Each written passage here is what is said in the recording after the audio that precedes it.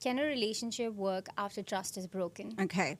So, yes, the relationship can work after trust is broken. However, my view on it is no. No, that sounds really contradicting, but the reason for that is the relationship that existed pre-betrayal, in my opinion, is effectively over. So, yes, the relationship can work, Yeah. but it is not ever going to be the one that was. You mean it's not going to be the same? It's not going to be the same because the person that you were in the relationship with is no longer the same to you. No matter how you look at it, there's a seed of doubt planted now about that person, I feel. And so this person who was incapable of hurting you, who loved you, and I'm looking at it just from a point of obviously cheating, I guess, but then you can look at it even as a friend. If we're friends and then you find out that I've said something horrible about you or I've told somebody one of your deepest secrets, how do you come back from that? You might be friends with me still. We might work it out. Yeah. But you're always going to be like, you're capable of doing that to me. That's at the back of my mind. That's at the back of your mind no matter what. So I feel like, yeah, that the relationship that was, no. But you could still have a relationship. And then the part two of it is the forgiveness. And I feel like that also really, what is the word that I'm looking for? The way that you find out about the betrayal really shapes whether that relationship will work. That's really powerful. Okay? Yeah. I feel because here's a perfect example.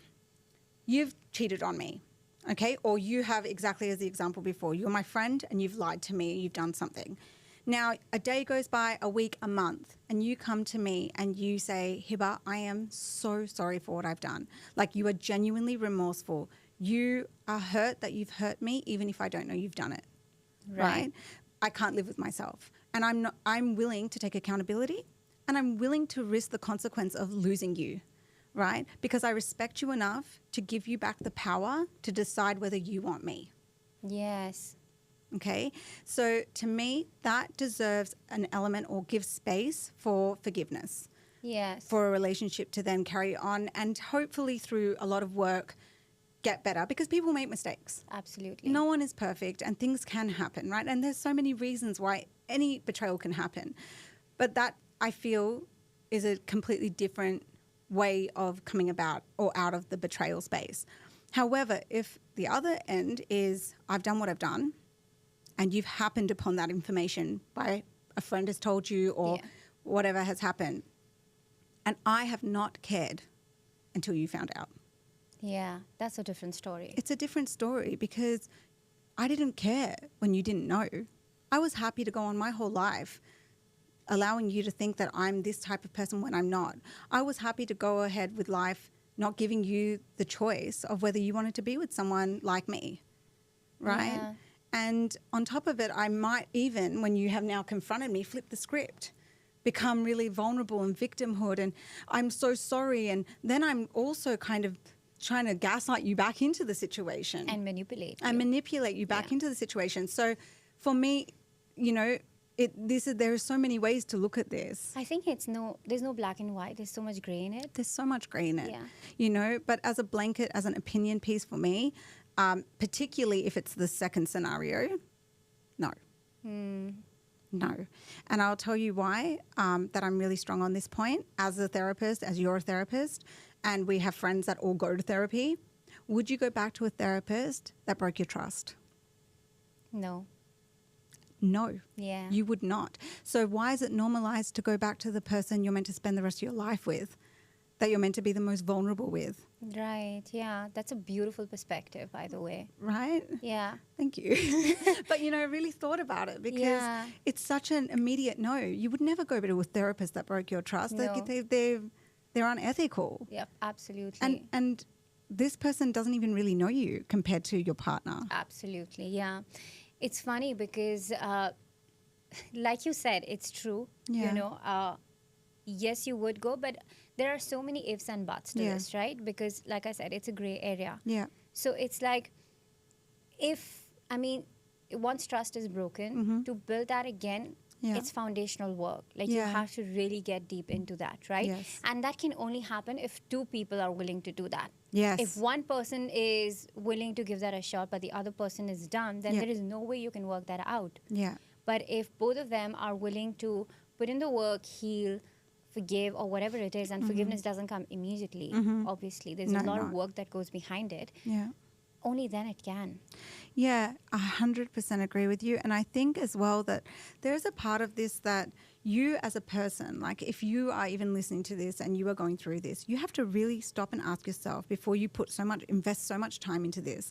One, if the person is willing to change or like is genuinely, and I feel that that comes from the first part, when they're remorseful, Yes. right? When they have been caught, so to speak, maybe they're doing it because they've been caught. Now they're sorry. Now they don't want it. But, you know, there is a chance that the pattern could be repeated.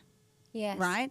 And I think, like, where do you draw the line in terms of how long are you willing to invest in that, knowing that now you doubt the person? Yeah. So for me, if I was to enter a relationship with anyone, and friend or partner, the second that they have kind of betrayed my trust, I feel like you're almost doing them a disservice keeping them. Because you don't trust them. Now when their phone rings, you're like, Yeah. what are they doing? Now something as normal as going to the bathroom, taking their phone, you're like, no, what are they doing in there? Yeah. Or your girlfriends go out together and you're not there. Maybe they're talking about me. Yeah. You know, do you really want to be in a space where you're going to do that? Do you know what I mean? Yeah, Or feel absolutely. that way? You know, is it worth it to go through that when you could maybe get the closure, walk away from the situation? It is so, so hard, but it's also just as hard to put in the work and get to a point where you're like, I can't do this anymore. Absolutely. Yeah. Like maybe the person is genuinely sorry, but you don't trust them anymore. Yeah. You've shaken their foundation, right? Yeah, if somebody cheats on you or if a friend betrays you, sometimes it feels like a part of you dies. It's like Yeah. a bomb being dropped on your world. You just go, and the part of you that's saying is kind of that innocence towards them. Yes. You know, like they're incapable of hurting me. Yeah. You know, so you Like you don't believe it. can't believe it. You're just like, how does this happen? Your world is spun off its axis. Like, really, I think people don't understand how deep betrayal can go with people. And again, it's so multifaceted. You can be in a relationship where you know the relationship's not working. You guys have kind of fallen out of love. There's a lot of things, and maybe someone strays off that relationship, right? So again, that hits different when it's still betrayal, but it hits different. But what if you're happy? Yeah. Yeah. You know what I mean? What if you argue, but you love each other? Yeah. You know, like they wouldn't hurt me. We're just having a bad day or a bad fight. And then you find out that this person's having a relationship with someone else. Yeah. Or you find out that that friend has been talking terribly of you for ages.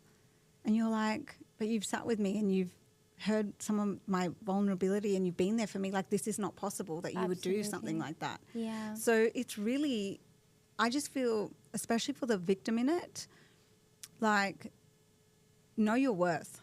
Yeah. Absolutely. Know your worth. And don't be afraid to say, you know what, I don't deserve this. Yeah. And maybe I have to close this door, even if I don't want to, because it's going to lead to so much more pain at some point for me, because you're going to constantly just play that Yeah. in your mind, you know? Absolutely. Yeah. You know, That's a key word, right? Know your worth. know your worth. Yeah. Know your worth. Like, and everyone is worthy. Yes. Everyone is deserving of just common decency and respect. I'm sorry, this whole notion, I actually am a little bit fueled off of something I saw on Facebook. I won't say who it was, but it's a very well-known influencer who speaks in the, you know, wellness space. And they were speaking about, you know, how men, you know, can be loyal to their partners and cheat.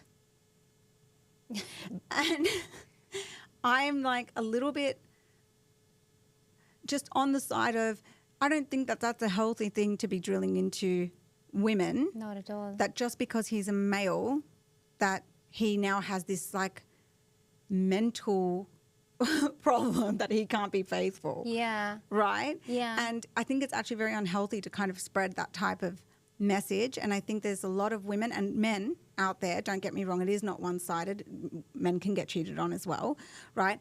That are of this belief pattern, unfortunately, it is more biased towards women because they're the ones who are predominantly getting cheated on because of this notion where it's like, no, if you have been cheated on and you hear something like that, no, it is not your fault. Not that at person all. just does not value you and you deserve to be valued. So, you know, I think there's a big part of that social media sometimes is really pushing that narrative. And I just do not agree with it. 100%. You know? Yeah.